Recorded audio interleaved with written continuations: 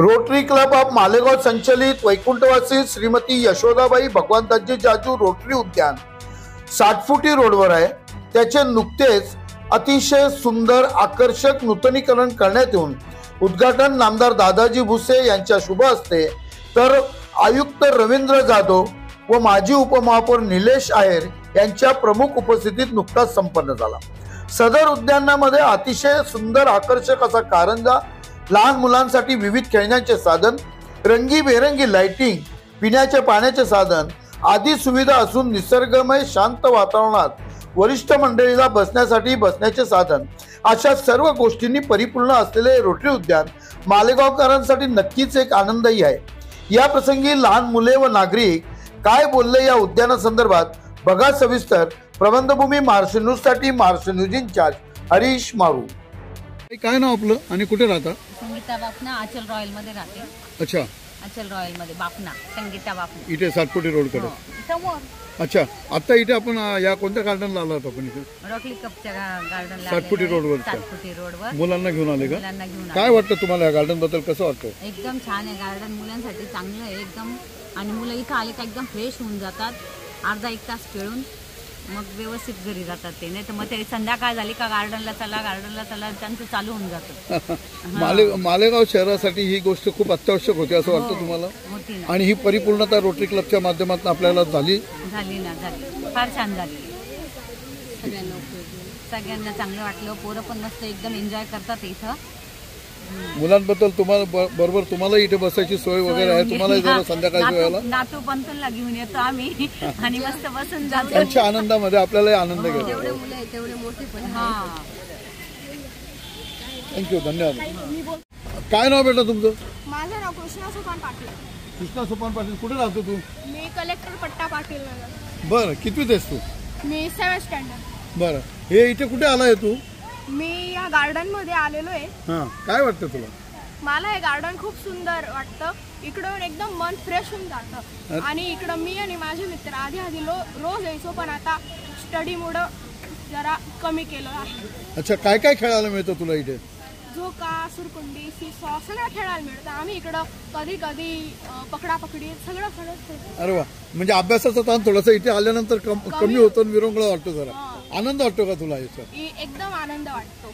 तुझ्या मित्रांना काय वाटतं? तुला काय वाटतं? तुझं काय नाव आहे? मला इथं अभ्यासाचा जो स्ट्रेस आहे तो एकदम मन शांती वाटते।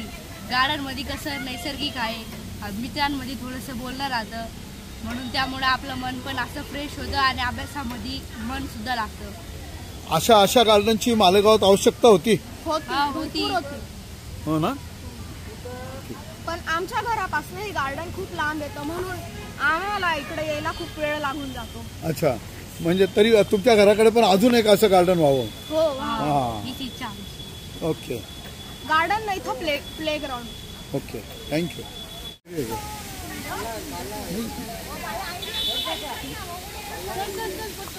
काय नाव आपलं? किशन भोसले। कुठे राहता आपण?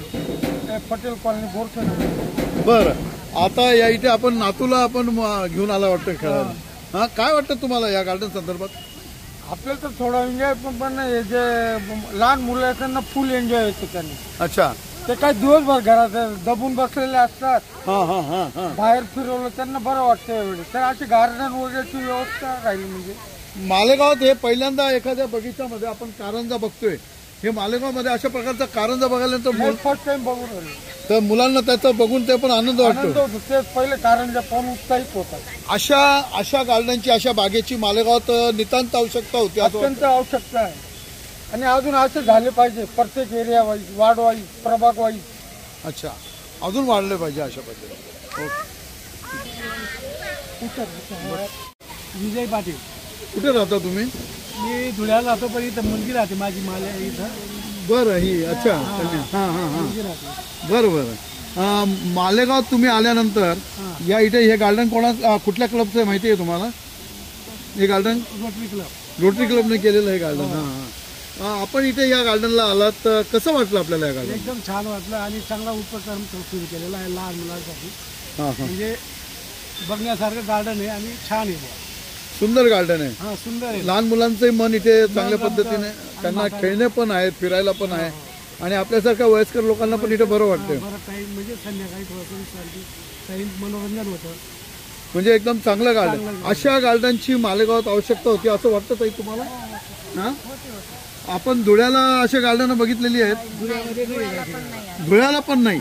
अरे वा. काम चालू आहे पण अजून तयार नाही. आणि मालेगावमध्ये चांगले उपक्रम आहेत. मी बघितलं चांगले उपक्रम राबवत आहेत. गार्डन वगैरे अच्छा. ते उद्यान वगैरे बाळासाहेब ते उद्यान मारलेला वगैरे सर्व चांगलं आहे. म्हणजे धुळा जिल्हा असून देखील असं गार्डन नाही. मालेगावात अशा पद्धतीचं गार्डन आहे आणि अशा गार्डनची मालेगावात आवश्यकता होती ताई. चला, आपल्याला बरं वाटतं या गार्डन मध्ये. आणि असं हे फाउंटेन पण बघायला नाही मिळालं. सगळ्यात महत्वाचं असं फाउंटन कुठे बघायला मिळत नाही.